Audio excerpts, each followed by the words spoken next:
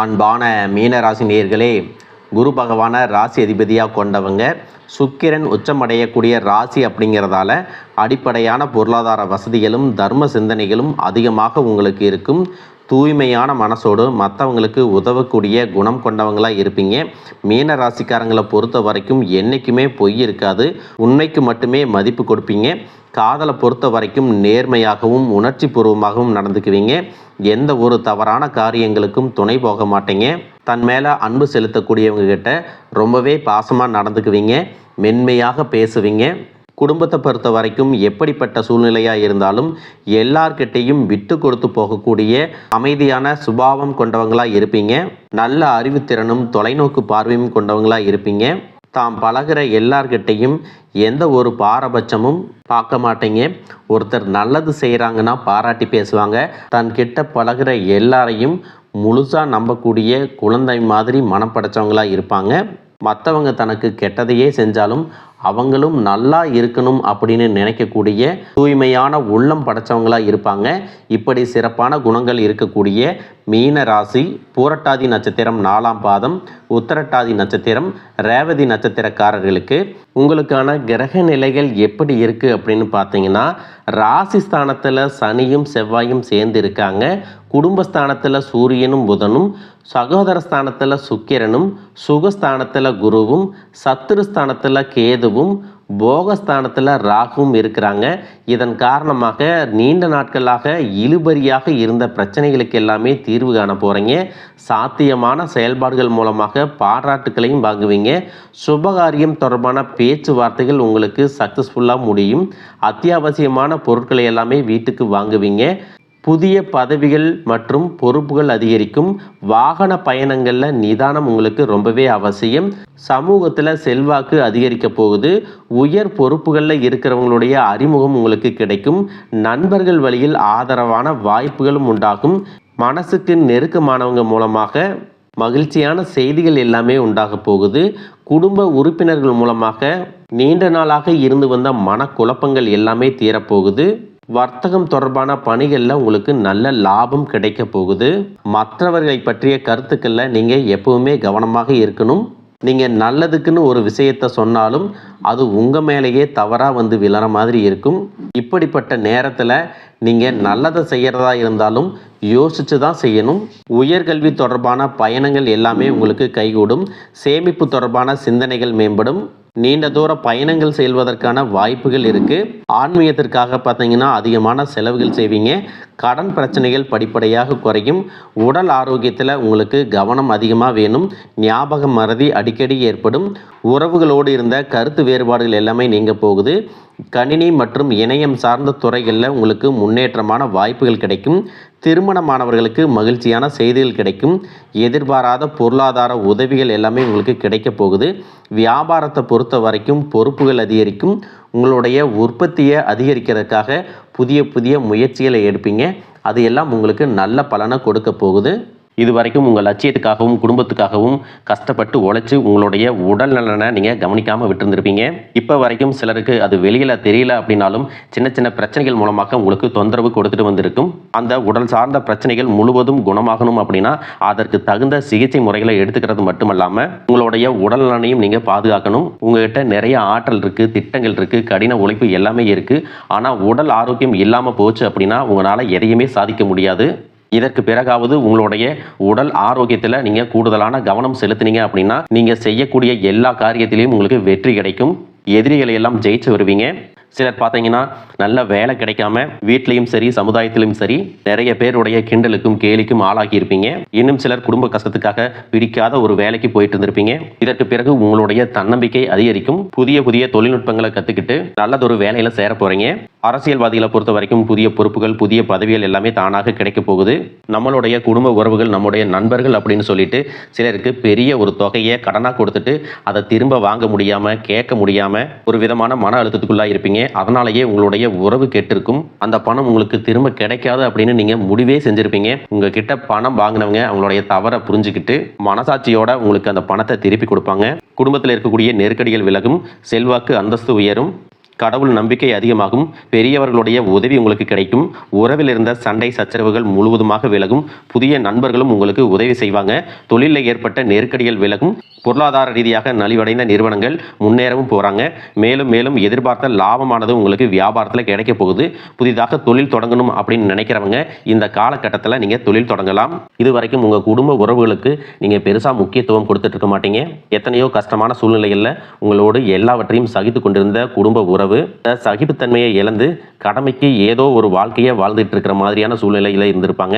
என்னதான் நீங்கள் குடும்ப உறவுகளை பத்திரமா பார்த்துக்கிறேன், எல்லாத்தையும் பூர்த்தி செஞ்சு கொடுக்குறேன் அப்படின்னு சொன்னாலும் குடும்ப உறவுகள் கிட்ட நீங்க மனம் விட்டு பேசணும். 20 வயசுல இருந்தாலும் சரி, 70 வயசுல இருந்தாலும் சரி, குடும்பத்தில் இருக்கிறவங்களுடைய மனநிலையை நீங்க எல்லா கட்டத்திலையும் புரிஞ்சுக்கணும். அவங்களுடைய வார்த்தைகளுக்கு மதிப்பு கொடுத்து சில விஷயங்களை திருத்திக்கிட்டும் சில விஷயங்களை மாத்திக்கிட்டும் நீங்க இருந்தீங்க அப்படின்னா உறவுகள் உங்களை தலையில தூக்கி வச்சு கொண்டாடுவாங்க. உங்களை பொறுத்த வரைக்கும் குடும்பத்துல நிம்மதி முழுசா கிடைக்கணும் அப்படின்னா சில இடங்கள்ல விட்டு கொடுத்து போறது தான் நல்லது அப்படிங்கிறத ஞாபகம் வச்சுக்கோங்க. இதையெல்லாம் சரியா செய்யாத காரணத்தினால தான் நிறைய பேருடைய குடும்பத்துல கணவன் மனைவியா இருப்பாங்க, வெளியே போவாங்க வருவாங்க, ஆனா உண்மையான அந்யோன்யம் இருக்காது, சரியா பேசிக்க கூட மாட்டாங்க. சமுதாயத்துக்காக போலியான ஒரு வாழ்க்கையை வாழ்ந்துட்டு இருக்கிற மாதிரி இருக்கும். இதற்கு பிறகு உங்க வாழ்க்கையிலும் இதுவெல்லாம் நடக்கக்கூடாது அப்படின்னா மனம் விட்டு பேசி உங்க கூட அதிகமான நேரத்தை செலவிடணும். உங்க மேல அவங்களுக்கு நம்பிக்கை வர்ற மாதிரி நடந்துக்கணும். பணம் வசதி வாய்ப்புகள் எல்லாருக்கும் தேவை அப்படின்னாலும் அதை வச்சு நிம்மதியான அழகான ஒரு வாழ்க்கையை வாழ முடியாது. கோடீஸ்வரனா இருக்கவங்க கூட கஷ்டப்படுறதையும் ஏழைகளா இருக்கிறவங்க கூட சந்தோஷமா இருக்கிறதையும் நம்மளால பார்க்க முடியுது. சின்ன சின்ன விஷயங்களை கூட சரியா பேசி முடிக்காத காரணத்தினால தான் பெரிய பெரிய பிரிதல்கள் எல்லாமே வருது. இன்னும் சிலருக்கு பார்த்தீங்கன்னா விவாகரத்து வரைக்கும் கூட போயிடுது. இந்த மாதிரியான விஷயங்கள் எல்லாமே உங்கள் வாழ்க்கையில் நடக்கிறதுக்கு நீங்கள் மட்டுமே முழுமையான காரணம் இல்லை. உங்களை மட்டுமே குற்றம் சொல்லிட முடியாது.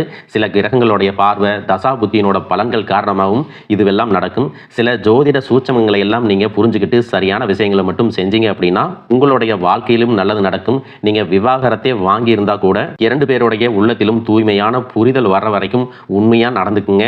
உங்கள் வாழ்க்கையில் நடந்த சம்பவங்கள் எந்த மாதிரி சுச்சுவேஷனில் நடந்துச்சு அப்படின்னு மற்றவங்க சூழ்நிலையில் இருந்து உணர்வுபூர்வமாக நினச்சி பாருங்கள். நிச்சயமாக உங்கள் மனசுக்குள்ள மிகப்பெரிய மாற்றம் வரும். இந்த மாற்றத்தின் காரணமாக குடும்ப உறவுகள் மீண்டும் சேர்வாங்க. இதுவெல்லாம் உடனே நடக்கலை அப்படின்னாலும் சில மாதங்களில் ஒன்றாக சேர்வதற்கான வாய்ப்புகள் இருக்குது. இந்த வாய்ப்புகள் சரியாக அமையும் போது நீங்கள் அதை பயன்படுத்திக்கிட்டீங்கன்னா உங்களுடைய வாழ்க்கை உங்களுக்கு பிடிச்ச மாதிரியே மாறும். எவ்வளவு கஷ்டப்பட்டதுக்கு அப்புறமும் ஒரு லட்சியத்தோடு நீங்கள் செய்யக்கூடிய ஒவ்வொரு விஷயத்தை கெடுக்கிறதுக்கும் உங்களுடைய முன்னேற்றத்தை தடுக்கிறதுக்கும் உங்களை அவமானப்படுத்துறதுக்கும் இங்கே நிறைய பேர் கூடவே இருந்துட்டு முயற்சி பண்ணிட்டு தான் இருக்காங்க. ஆனாலும் அவங்களுடைய சதிகளையும் சூழ்ச்சிகளையெல்லாம் தாண்டி இப்போ வரைக்கும் ஓரளவுக்கு நீங்கள் நல்லா இருக்கீங்க அப்படின்னா உங்ககிட்ட இருக்கக்கூடிய நல்ல எண்ணங்களும் கடவுள் பக்தியும் இது வரைக்கும் நீங்கள் செஞ்ச தர்ம காரியங்களும் தான் உங்களை காப்பாற்றிட்டு இருக்கு. இதுக்கு முன்னாடி நல்ல நண்பர்களாக இருந்திருப்பாங்க, நல்ல உறவுகளாக இருந்திருப்பாங்க. அவங்களே தன்னோட சுயநலத்துக்காக துரோகங்களை எல்லாம் செஞ்சு உங்களுடைய வாழ்க்கையை கெடுக்கணும் அப்படின்னு நினைக்கும் போது இந்த உலகத்தில் யார் நல்லவங்க யார் கெட்டவங்க யாரை நம்புறது அப்படிங்கிறது தெரியாமல் தான் நீங்கள் புலம்பிட்டு இருக்கீங்க. ஒரு வகையில் இந்த மாதிரி விஷயங்கள் உங்களுக்கு கஷ்டத்தை கொடுத்தாலும் இப்போவாவது இவங்க நம்ம மேலே எவ்வளவு பொறாமையோடவும் வன்மத்தோடவும் இருக்கிறாங்க அப்படிங்கிறத ஓரளவுக்கு நீங்கள் புரிஞ்சிருப்பீங்க. இது எல்லாமே தெரிஞ்சும் கூட நீங்கள் என்னமோ பண்ணுங்க, எத்தனையோ நல்லது செஞ்ச எனக்கு மனசாட்சிக்கு விரோதமாக தப்பு செய்கிறீங்க அப்படின்னா அந்த கடவுள் உங்களுக்கு நிச்சயமாக மிகப்பெரிய தண்டனையை கொடுப்பார் அப்படின்னு தான் கடவுள்கிட்ட உங்களுடைய வேண்டுதலை எல்லாம் வச்சுட்டு கடந்து போயிட்டு இருக்கீங்க. இப்போ இருக்கக்கூடிய சூழ்நிலையில் தான் உண்டு தான் வேலை உண்டு அப்படின்னு தான் இருக்கிறீங்க. இருந்தாலும் உங்களுடைய கஷ்டத்தையும் கண்ணீரையும் மற்றவங்களுக்கு தெரியாத மாதிரி தான் பார்த்துட்டு இருக்கிறீங்க. உங்களுடைய வாழ்க்கை உங்களை எப்படி புரட்டி போட்டாலும் முடக்கி வச்சாலும் நீங்கள் எப்பவும் போல சாதாரணமாக இருக்கிறதுனால உங்களை சுற்றி இருக்கிறவங்க எல்லாருமே இவங்களுக்கு என்னப்பா ஜாலியான வாழ்க்கை வாழ்கிறாங்க, இவங்க கிட்ட என்ன குறை அப்படின்னு சொல்லுவாங்க.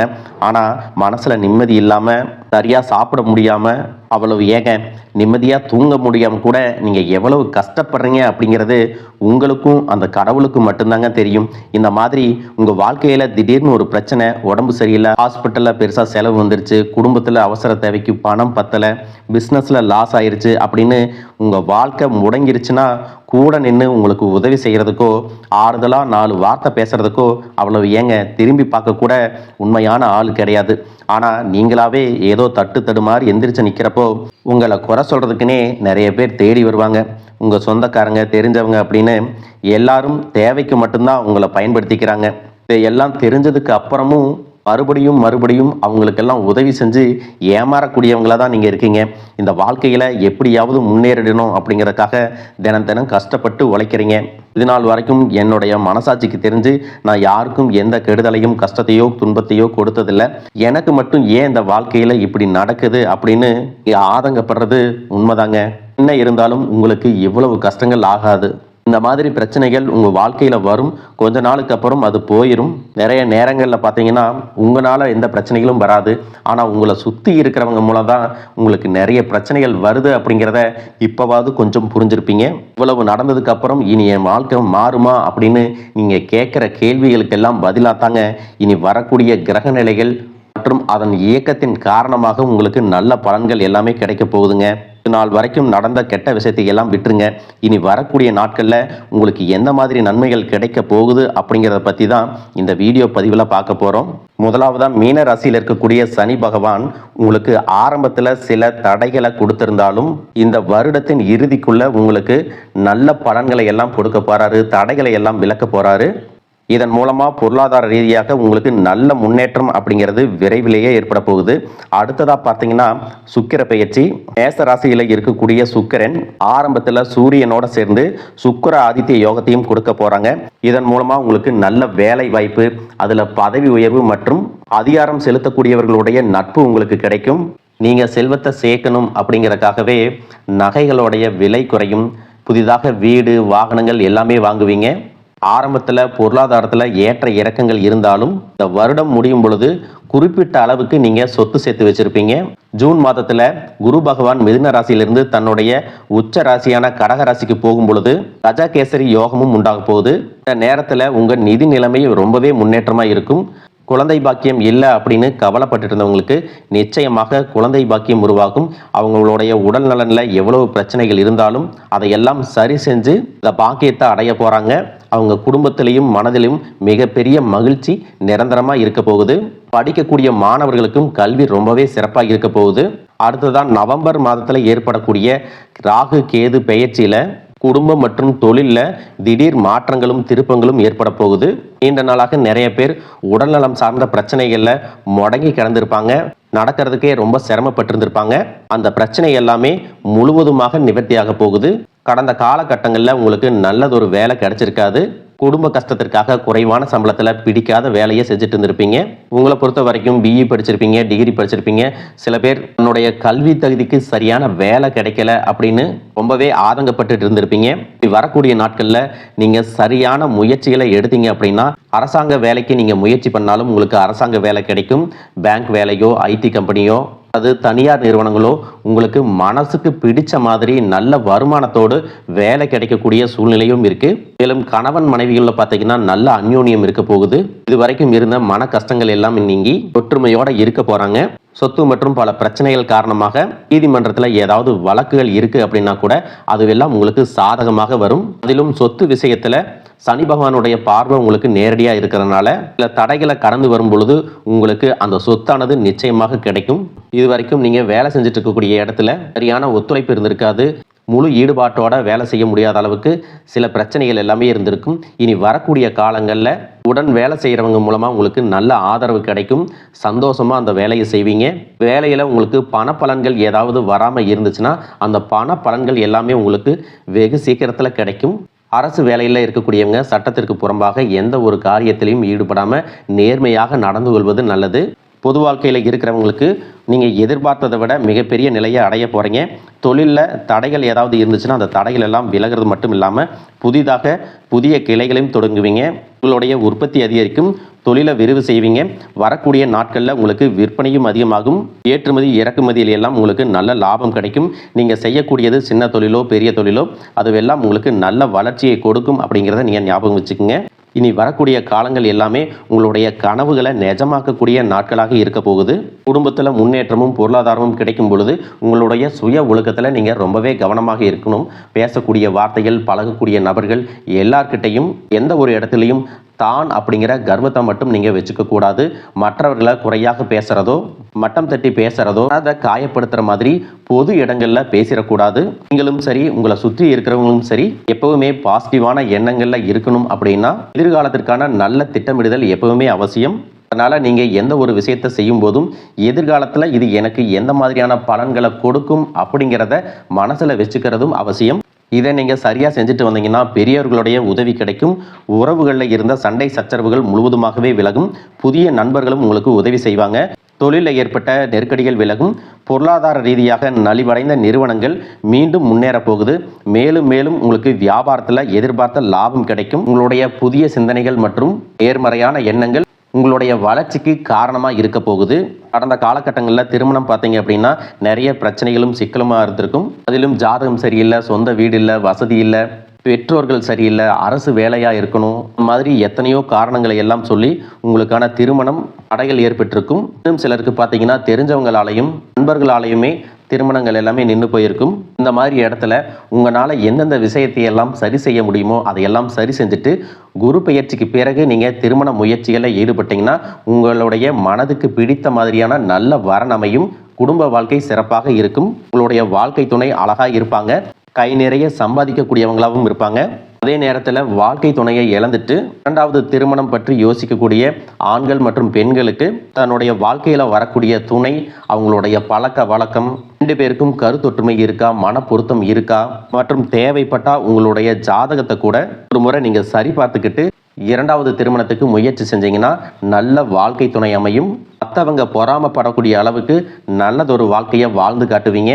எந்த ஒரு எதிர்பார்ப்புகளும் இல்லாமல் எப்பவும் போல் உங்கள் கடமையை செஞ்சுட்டு உங்கள் வாழ்க்கையை நீங்கள் வாழ்ந்துட்டு வாங்க.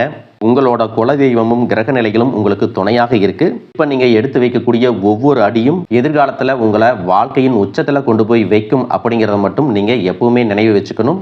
உங்களை சுற்றி நல்ல விஷயங்கள், கெட்ட விஷயங்கள், இந்த மாதிரி எல்லாமே சுற்றி நடந்து வந்தாலும் நல்ல விஷயங்களை மட்டும் எடுத்துட்டு நீங்கள் முன்னேற்ற பாதையில் போயிட்டே இருங்க. உங்களுடைய நல்ல எண்ணங்களுக்கு உங்களுக்கு நல்லதே நடக்கும். வாழ்க வளமுடன், வாழ்க பல்லாண்டு.